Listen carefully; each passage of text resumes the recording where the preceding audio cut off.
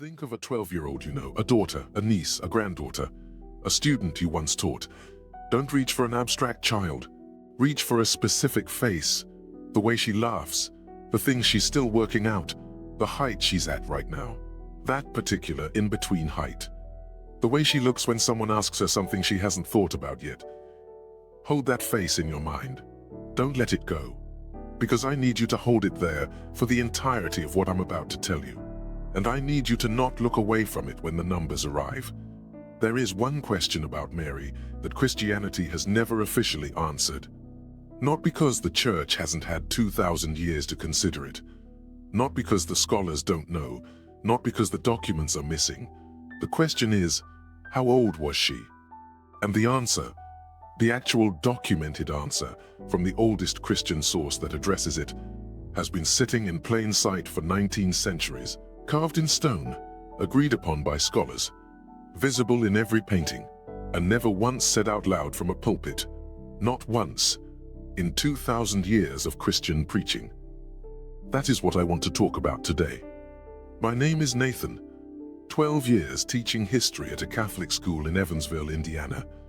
I resigned in my early 40s. This channel is where I put what I've found since.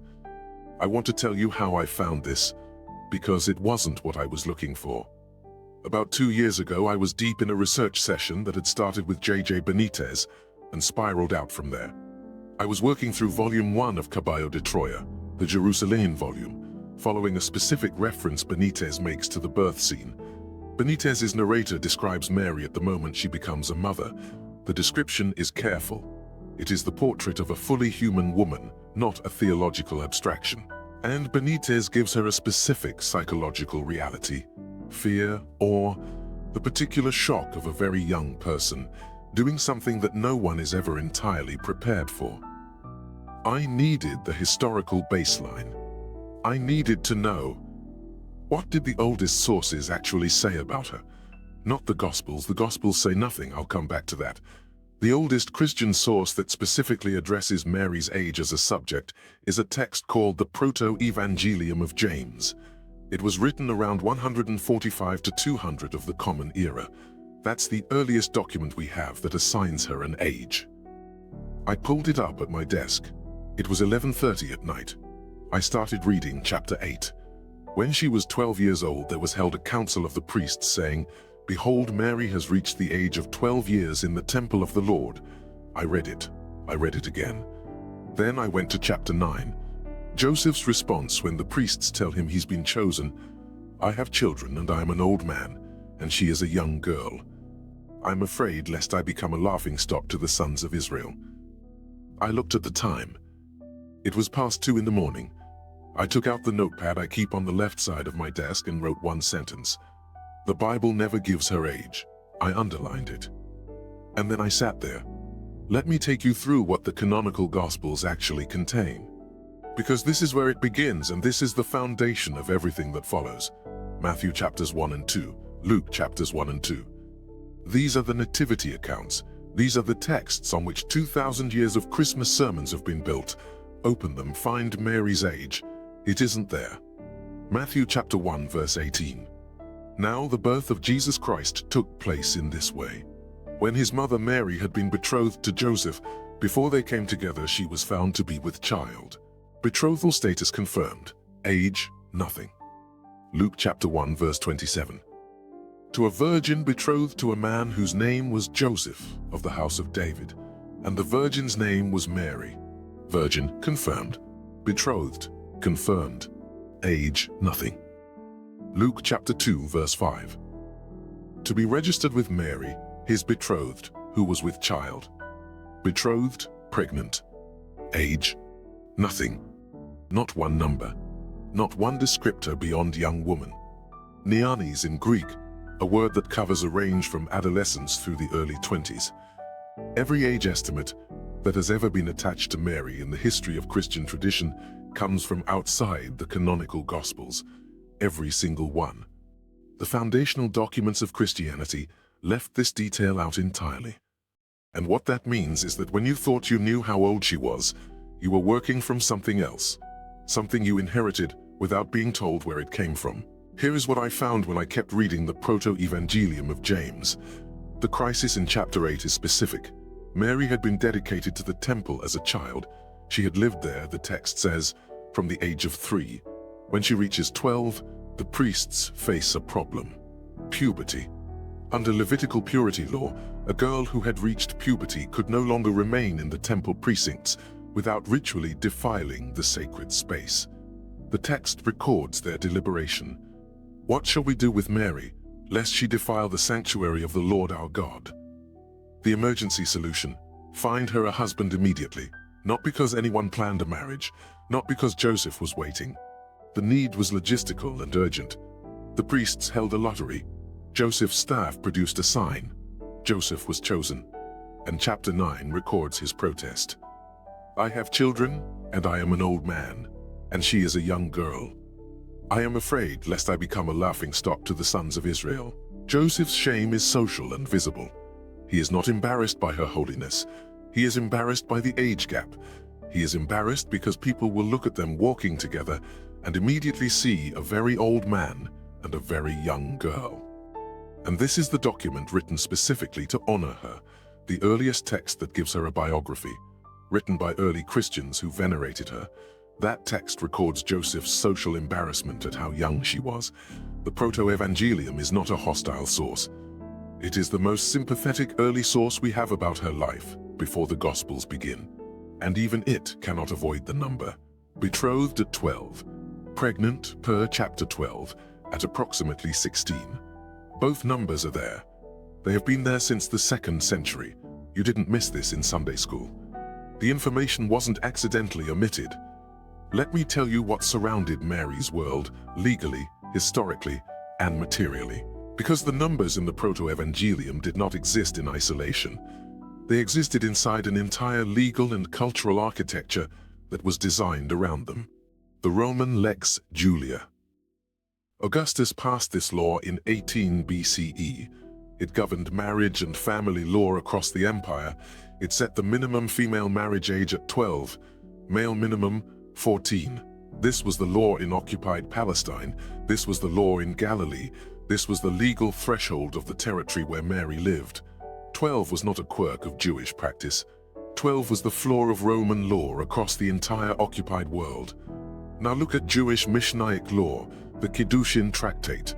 The Mishnah defines specific legal categories for a girl's development. Katana, a girl before the age of 12. During this period, her father has complete authority over betrothal decisions. She cannot consent. She is a minor. Naarah begins at 12 years plus 1 day. This is the transitional category. A naarah is a girl who has crossed the threshold. A naarah can now be formally betrothed. The architecture of Jewish family law in the 1st century was designed, structurally, around the 12-year-old girl. Not designed around the exception. Around the expectation, 2 legal systems, 1 empire, 1 occupied province, the same number. There is archaeological evidence. This is not theory. David A. Feency, whose work has appeared in the Biblical Archaeology Review, examined 1st century Palestinian inscriptions recording women's marriage ages. The inscriptions from Galilee, the same region, same era, same social class, show a range of 12 to 17 for first marriage. The median, 13. This isn't a theory about what might have been statistically normal. Someone carved it into stone, in her era, in her region, in her economic class, and left it in the ground for 2,000 years, waiting. Mainstream New Testament scholarship has agreed on this for decades. Raymond E. a Catholic priest, not a skeptic, whose book The Birth of the Messiah was published in 1977 through Doubleday and remains a standard reference, concluded, early to mid-teens. John P. Meier, another Catholic priest and scholar, in A Marginal Jew, published through Doubleday's Anchor Bible Reference Library in 1991, approximately 12 to 14. Elizabeth A. Johnson, one of the leading feminist Catholic theologians of the 20th century, has written that the young age of marriage in 1st century Galilee was not parental cruelty. It was economic necessity, family strategy, survival logic. Life expectancy in 1st century Palestine was 35 to 45 years. The cultural math was brutal and simple. A girl who wasn't betrothed by 14 was considered late.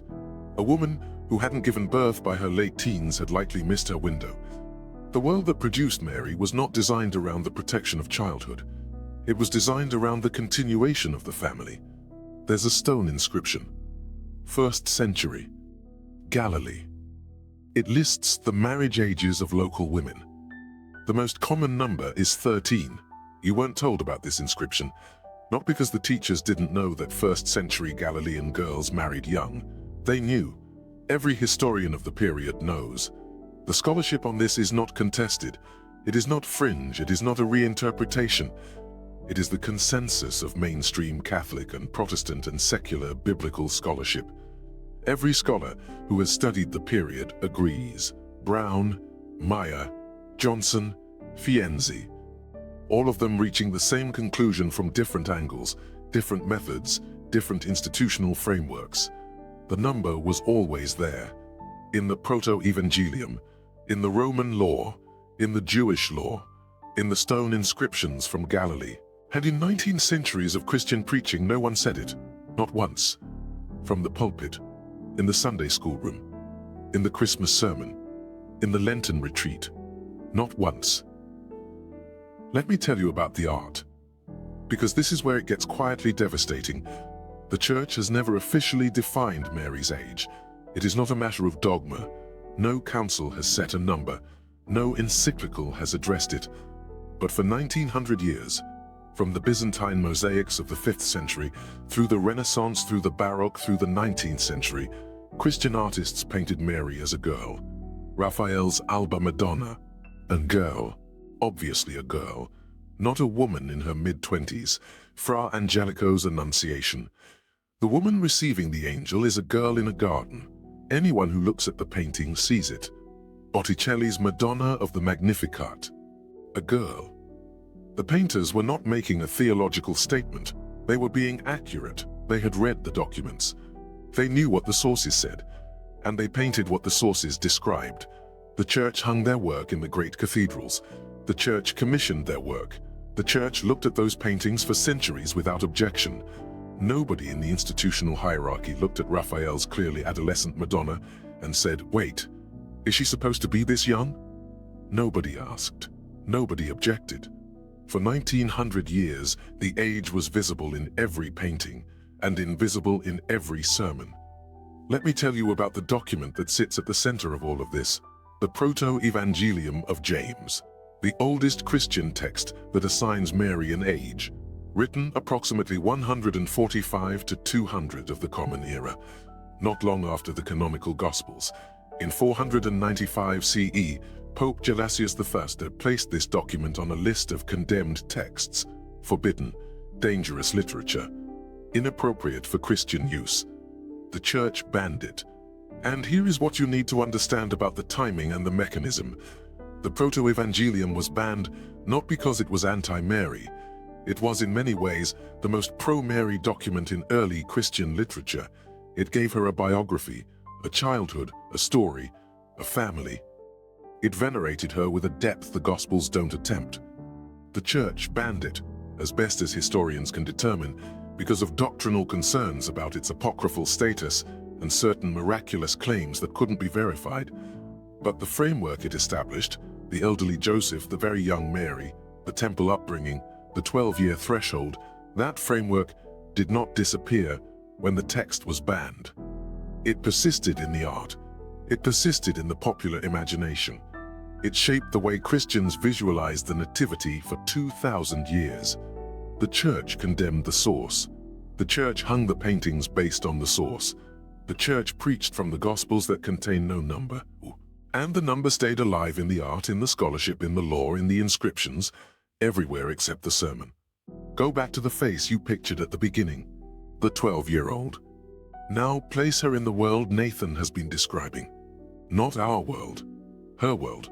A world where 12 was the legal minimum for betrothal under Roman law across the entire occupied territory.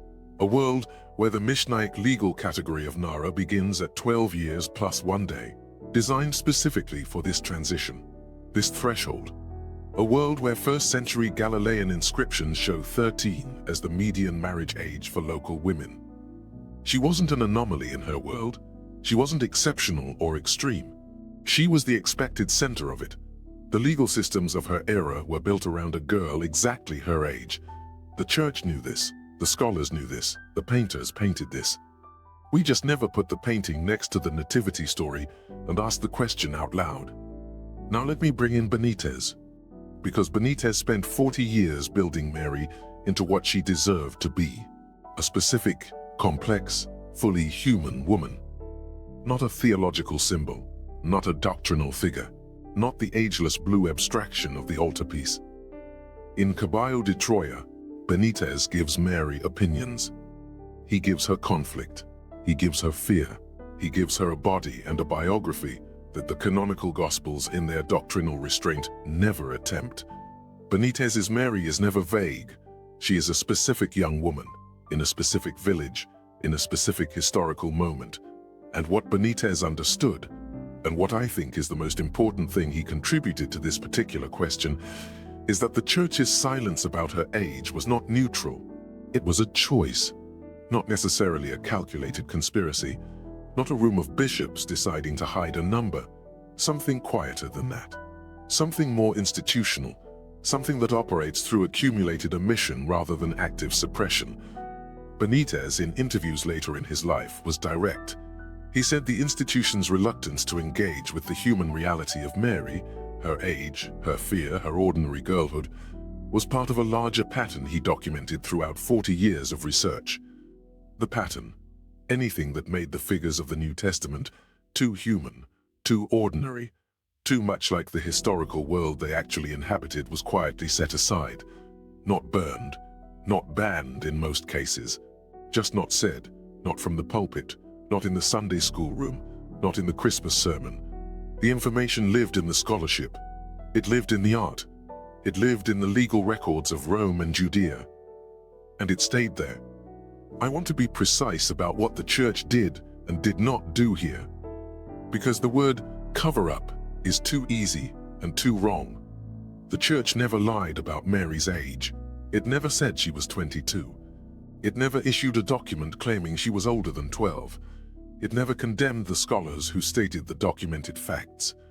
Brown published The Birth of the Messiah in 1977. Meier published A Marginal Jew in 1991. Both men were Catholic priests. Both men concluded early to mid-teens. Neither was censured.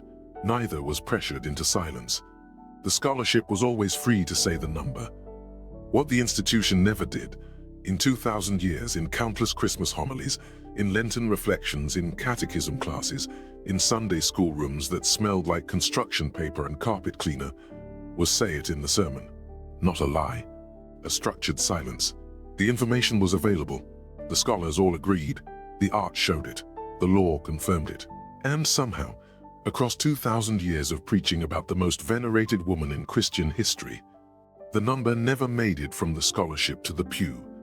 That gap between what was known and what was said is its own kind of answer about how institutions manage the human reality of the figures they venerate. They don't suppress it. They just never quite get around to saying it out loud. Here is what I've been sitting with since that night at my desk. Not the number. The painting. Raphael's Alba Madonna has been in the National Gallery of Art in Washington since 1937. Millions of Americans have stood in front of it. The woman in that painting is obviously a girl. Anyone can see it. You don't need art history training. You don't need to know the Protoevangelium. You just look. And a girl looks back. And then you go home, and Christmas comes, and someone reads the nativity account from Luke, and the woman in the painting doesn't come up. The priest doesn't say, by the way, the Madonna in the painting we just showed on the screen, Raphael painted her that young because the oldest document said she was that young. Nobody says it. The painting hangs in the church hall. The homily proceeds. The age stays in the painting. The sermon stays silent. I asked a priest once, a man I respected, who had read Brown and Meier, who knew the scholarship. I asked him directly, "Why don't you say the number?" He was quiet for a moment. Then he said, Because people aren't ready to hold it. I've thought about that answer for 2 years. I'm still not sure he was wrong about the pastoral question. But I am sure that the gap between what scholars know and what congregations are told is not a gap about truth. It's a gap about comfort. And comfort, held long enough, starts to function like a lie. Let me say one more thing about the Protoevangelium. Pope Gelasius banned it in 495 CE. That's roughly 350 years after the text was written. 350 years during which it circulated, was read, shaped Christian imagination, and provided the only biographical detail about Mary's childhood that anyone had. The condemnation came late, the influence came first, and the influence never fully left. The most venerated Marian traditions in both Eastern and Western Christianity, the Immaculate Conception, the presentation in the temple, the eternal virginity of Joseph, the biographical details of her parents Joachim and Anna, all of them trace back, directly or indirectly, to the Protoevangelium, to a text the Church banned. The Church banned the source. The Church built the tradition on the source, and the number that the source preserved, 12, stayed quietly alive in the paintings and the scholarship and the inscriptions, never quite making it into the Christmas sermon. There's something I want to tell you that I didn't expect to feel when I started this investigation. When I first sat with the number 12, my reaction was discomfort. I think most people's reaction is discomfort. That's appropriate. That discomfort is a measure of how far our understanding of childhood has evolved in 2,000 years. But the discomfort is ours. It was not theirs. The historians and the scholars are unanimous on this point. The world that produced Mary did not share our categories. It did not recognize childhood as a protected period in the way that modern Western culture does. The economic and biological logic of the ancient world was different. Life expectancy was different. The social architecture was different. Brown says early to mid-teens, historically normative. Meier says approximately 12 to 14, consistent with the period. Johnson says economic necessity, family strategy, not cruelty. Vienzi says median 13, carved in stone from her region, her era, her class. The discomfort is a modern anachronism, not a historical one. And that, I think, is the most important thing I can say about this, because the discomfort can make you miss the actual question. The actual question is not whether the number is disturbing. The actual question is why the institution that preserved her story, that venerates her as the most important woman in Christian history, that has hung paintings of an obviously adolescent girl in its churches for 19 centuries, never said the number. Never once, in 2,000 years, stood in front of the congregation on Christmas morning and said, "The oldest document we have about her assigns her an age. The scholars all agree on the range. The legal systems of her world confirm it. The art has been showing it for centuries. She was 12. Nobody said it." And the question of why nobody said it tells you something about how the institution manages the human reality of the figures it venerates. Not through suppression, through silence. Structured, persistent, 2,000-year silence. That silence is its own kind of answer. And once you see it, you start to notice all the other silences. All the other things that were always in the scholarship, always in the art, always visible if you knew where to look, and never quite said out loud from the pulpit. The painting is still there, Raphael's girl, in her blue robe, looking out at you. She has always been there. She was always that young. The scholarship always confirmed it. The law always confirmed it. The art always showed it. We just never asked the question out loud. I'll let you sit with that.